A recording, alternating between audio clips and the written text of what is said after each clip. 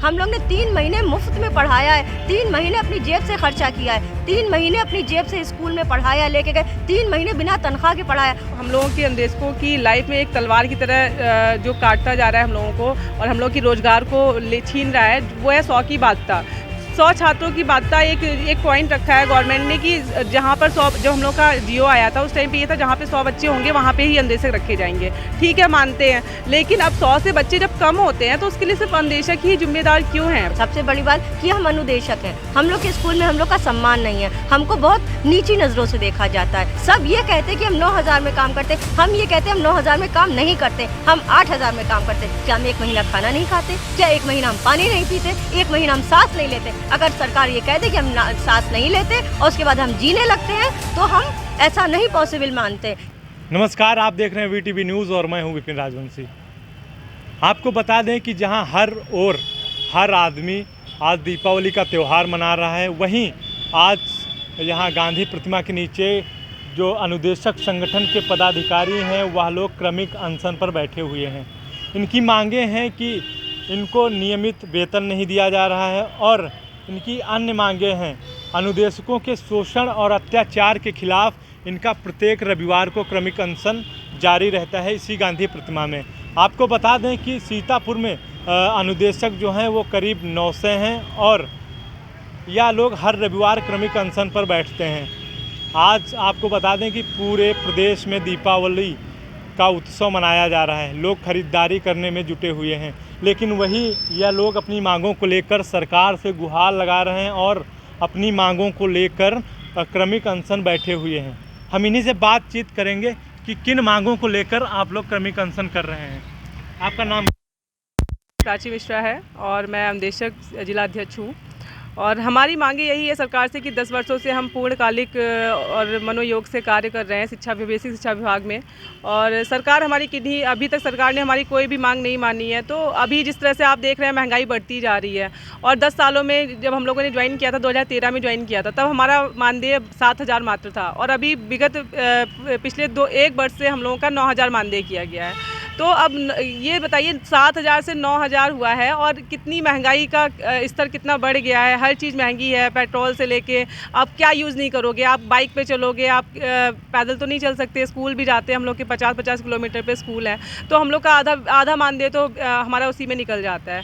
और सेकेंड चीज़ ये है कि हम लोग का टाइम से मानदेय भी नहीं आता है खातों में। जैसे अभी कल ही हम लोगों का दीपावली फ्राइडे को रात में काफ़ी रात को मानदेय आया, जिसकी वजह से लोगों को ये परेशानी हुई कि उनके पास ATM नहीं थे। ग्रामीण इलाके के जो लोग हैं उनके पास ATM उपलब्ध नहीं होते, उनके जब मानदेय लेट पहुंचा उनके खातों में तो वो पैसा नहीं निकाल पाए, तो उनकी दिवाली तो फीकी पड़ गई। एक तो 9,000 मानदेय, 9,000 में तो हमारे बेसिक खर्चे भी पूरे नहीं हो पाते हैं। और फिर गवर्नमेंट को ये सोचना चाहिए कि हमसे आप 10 गुना ज़्यादा पैसा देते हो परमानेंट टीचर्स को, परमानेंट स्टाफ को, तो हम लोग संविदा कर्मी है तो हम लोगों के बारे में ये तो सोचना चाहिए कि हमारे बच्चे भी मिठाई है जो एक्स्ट्रा खर्च होता है। मिठाई अब आज 1,000 रुपये किलो मिठाई आ रही है, मिठाई है, दिए हैं, मतलब ये पटाखे वगैरह हैं, ये सब बच्चों का भी मन होता है ना खेलने के लिए। तो इनको आपको एक्स्ट्रा हम लोगों को भी तो बोनस देना चाहिए, कुछ तो देना चाहिए उपहार के लिए। हम लोग सर्विस देते हैं आपको, पूरा 12 महीने की सर्विस आप लेते हो, उसमें भी आप 11 महीने का हमको मानदेय देते हो, 1 महीने का आप काट लेते हो मानदेय। तो 1 महीने के हमारे कोई खर्च नहीं होते, बेसिक रिक्वायरमेंट नहीं होती है। हमारी भी बेसिक रिक्वायरमेंट है क्योंकि हम अगर बच्चे का एडमिशन कराते हैं तो वो पूरे 12 महीने का ही पैसा काट लेते हैं। 1 महीने बेसिकली बच्चा हमारा 1 महीने विद्यालय नहीं जाता है पर वैन का पैसा हमें पूरा ही देना पड़ता है। तो गवर्नमेंट को भी सोचना चाहिए कि आप हमको 11 महीने का मान देते हो तो 1 महीने का हम खर्चा कहाँ से लेके आएंगे भाई।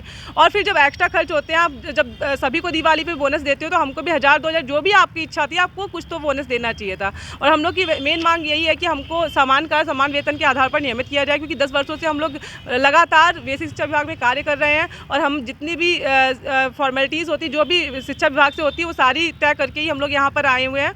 और ऐसा नहीं है कि हम लोग के पास कोई डिग्री नहीं है या हमारे पास कोई योग्यता नहीं है। अगर योग्यता नहीं है तो गवर्नमेंट बोल दे कि आपके पास योग्यता नहीं है, आप हमको निकाल दीजिए बेसिकली आप। लेकिन हमारा शोषण मत करिए। आप काम के नाम पे हमको यूज़ करते हैं, लेकिन पैसे देने की बात आती है तो कहीं ना कहीं आप हमको नकार देते हैं, जो कि बिल्कुल भी गलत है। तो थोड़ा सा गवर्नमेंट को इस चीज़ को ध्यान देना चाहिए, या फिर आप हमको रखिए या फिर निकालिए, लेकिन आप हमारे साथ न्याय करिए, शोषित मत करिए। हम लोग का शोषण 10 साल से हम लोग सह रहे हैं, 11 साल होने वाले हैं, तो गवर्नमेंट को इस पर विचार करना चाहिए, हम लोग को नियमित करना चाहिए। हमारी यही मांग है। जैसे कि सरकारी जो कर्मचारी हैं उनको बोनस दिया जाता है, आप लोगों को क्यों नहीं देती सरकार?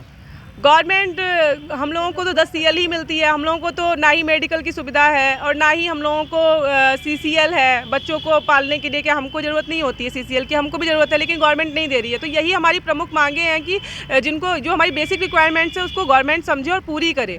आप जितनी, क्योंकि आप हमको 10 CL देते हो, आप 14 CL सरकारी टीचरों को देते हो, तो क्या आप हमसे कम काम लेते हो? हम भी तो पूरा काम करते हैं, जबकि BLO की ड्यूटी से लगा के जितनी भी शिक्षा विभाग में जितनी भी ऊपर से योजनाएं जितनी भी गवर्नमेंट की तरफ से निकलती है सारी हम ही लोग लागू करते हैं। चाहे आयुष्मान कार्ड, आप आयुष्मान का कार्ड हम लोग को लाभ दीजिए, जो हम लोग का बेसिक मतलब हम लोग का नहीं आप बढ़ा रहे हो वेतन, तो कम से कम हम लोग को अगर मेडिकल की सुविधा नहीं दे रहे हैं तो कभी हम लोग बच्चे बीमार होते हैं या मतलब हम लोग बीमार होते हैं तो हम लोग कम से कम आयुष्मान कार्ड का लाभ तो उठा सके। हम लोगों को भी इसकी सुविधा देनी चाहिए। लेकिन हम दूसरों के कार्ड तो बना रहे हैं आयुष्मान के, बट हम लोगों को उसका लाभ नहीं मिल रहा है। हम लोग को कहीं से भी किसी तरह की गवर्नमेंट ने सुविधा नहीं दे रखी है, सिर्फ हम लोग कार्य कर रहे हैं। लेकिन हम लोग की बस यही मांग है, कुछ हमारी तरफ भी ध्यान दें। हम लोग अगर कार्य कर रहे हैं तो हम लोगों को भी समान कार्य समान वेतन के आधार पर आप जैसे भी करें हम लोग को नियमित करें और हम लोग को हमारा अधिकार दिलाएं। हमारे भी बच्चे हैं, हमारी भी खर्चे हैं और हमारे वृद्ध माँ बाप हैं, तो गवर्नमेंट को इस पर विचार करना चाहिए। ये जो आपका संगठन है, कितने संगठन में पदाधिकारी हैं आपके? अभी हमारा जो हमारे प्रदेश अध्यक्ष विक्रम सिंह सर हैं, तो अभी उनका नया संगठन शुरू हुआ है, क्योंकि वो बहुत ही ईमानदारी से लड़ रहे हैं, कोर्ट में ही लड़ रहे हैं। अब सरकार हम लोगों से कोर्ट में भी लड़ाई लड़ रही है, क्योंकि हम लोग देखो हाई कोर्ट में जीत गए। हाई कोर्ट में मतलब आदेश हुआ था कि 9.5% ब्याज के साथ हमको 17,000 मानदेय दिया जाए, क्योंकि 17,000 का जब ये योगी सरकार जब आई थी तो फिर योगी सरकार में कहा गया था सरकार द्वारा कि 17,000 हम लोग को मानदेय उपलब्ध कराया जाएगा। शिक्षा मित्रों का 10,000, हम लोगों का 17,000 अनुदेशकों का किया गया था। तो शिक्षा मित्रों को 10,000 तो मिल रहा है लेकिन अनुदेशकों का नहीं मिला, इसलिए हम लोग को कोर्ट जाना पड़ा। कोर्ट से जब हम लोग को आदेश मिल गया कि नहीं, हम लोग को 9.5% ब्याज के साथ 17,000 पूरा भुगतान किया जाए, तो उसके लिए गवर्नमेंट हमारे खिलाफ डबल बेंच में गई। डबल बेंच में भी हम लोग जीत गए और हम लोगों के लिए आदेश निकाला गया कि आप इनको 1 साल का भुगतान करें और साथ ही आगे विचार करें, इनको कंटिन्यू करें। इस सरकार को विचार करने के लिए कहा गया। फिर उसके बाद फिर गवर्नमेंट सुप्रीम कोर्ट में हम लोगों से लड़ने के लिए चली गई और सुप्रीम कोर्ट में हम लोग लगातार लड़ाई लड़ रहे हैं और डेट पे डेट हम लोग को मिल रही है। और हमें पता है कभी ना कभी देर है अंधेर नहीं है, तो कभी ना कभी न्याय हम लोग को मिलेगा। तो सुप्रीम कोर्ट में भी हम तो चाहते हैं गवर्नमेंट हम लोगों से ना लड़े, क्योंकि 9,000 मानदेय में हम लोग आपसे कैसे लड़ सकते हैं? हम तो अपना घर का खर्चा ही नहीं उठा पा रहे हैं। और फिर जैसे कि अब 10 साल से अभी हम लोग के जनपदीय ट्रांसफ़र नहीं हुए हैं, महिलाओं की शादी हो गई, उनके छोटे छोटे बच्चे हैं और अब ऐसी नौबत आ गई, डिवोर्स की नौबत आ गई। घर वाले बोले 9,000 मानदेय में आप क्यों जॉब कर रहे हो, आप अपने घर बैठो, मैं आपको दूंगा। जो व्यक्ति 10 साल से नौकरी कर रहा है, एक उसका आत्मसम्मान जुड़ा हुआ है कि मैं 10 साल से एक अटैचमेंट हो जाता है विभाग के प्रति कि बच्चों के साथ हम बाहर निकल रहे हैं, हम आत्मनिर्भर हैं।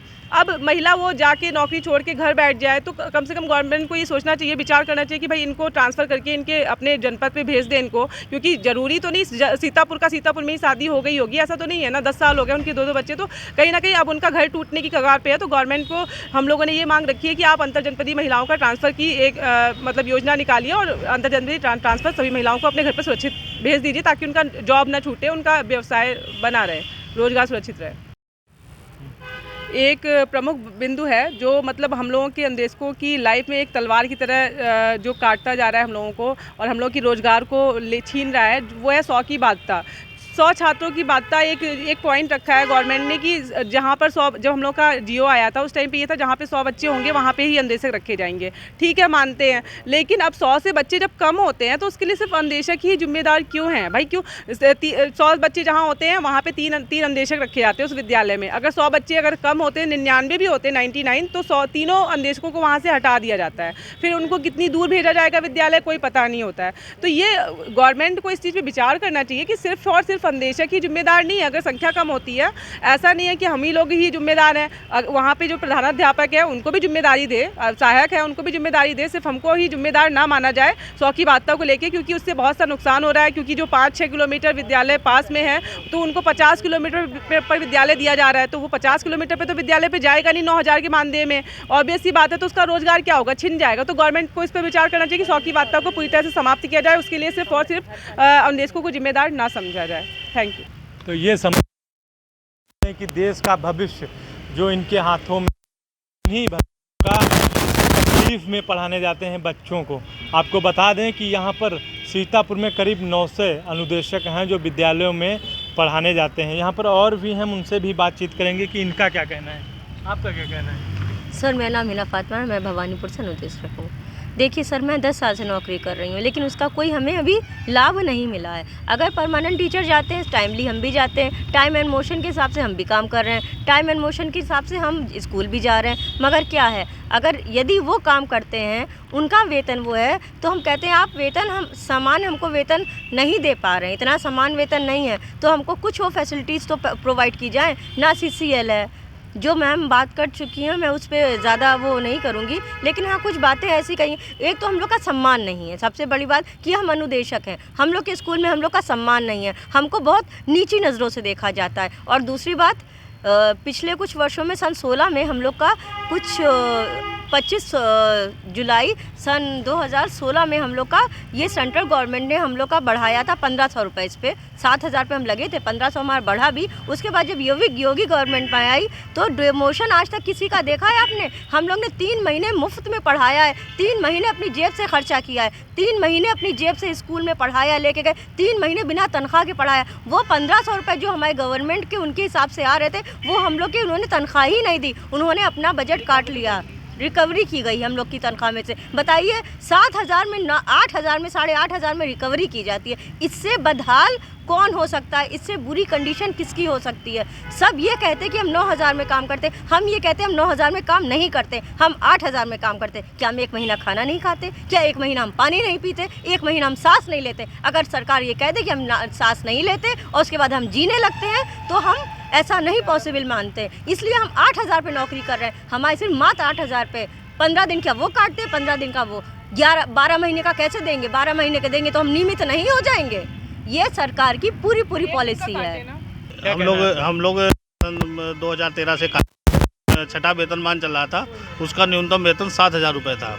और जब हम लोगों का 7वां वेतन लगा और उस समय न्यूनतम वेतन 18,000 रुपये हुआ। उसमें अगले सरकार ने 17,000 का प्रस्ताव भेजा शासन को, और केंद्र से वहाँ मंजूर भी हो गया। यहाँ बाबा ने उसको योगी आदित्य जी ने उसको जो है अपने ट्विटर हैंडल से शेयर भी किया, लेकिन उसके बावजूद भी फिर सरकार जो है, राज्य सरकार, ये कोर्ट चली गई वेतन न देने के चक्कर में। बढ़ा हुआ मानदेय हम लोगों का न देने के लिए वो हाई कोर्ट में जीती, हाई कोर्ट पहुंची, वहां से हम लोग जीते, इलाहाबाद जीते, लखनऊ जीते। उसके बाद फिर ये जो राज्य सरकार ये सीधे सुप्रीम कोर्ट पहुंची। वो कहा था कि इन अनुदेशकों का पहले मार्च 2017 से जो हाई कोर्ट का आदेश है उसका पहले 1 साल का आप पालन करके आइए, उसके बाद में जो है आप यहाँ ये तब हम आपकी बात सुनेंगे।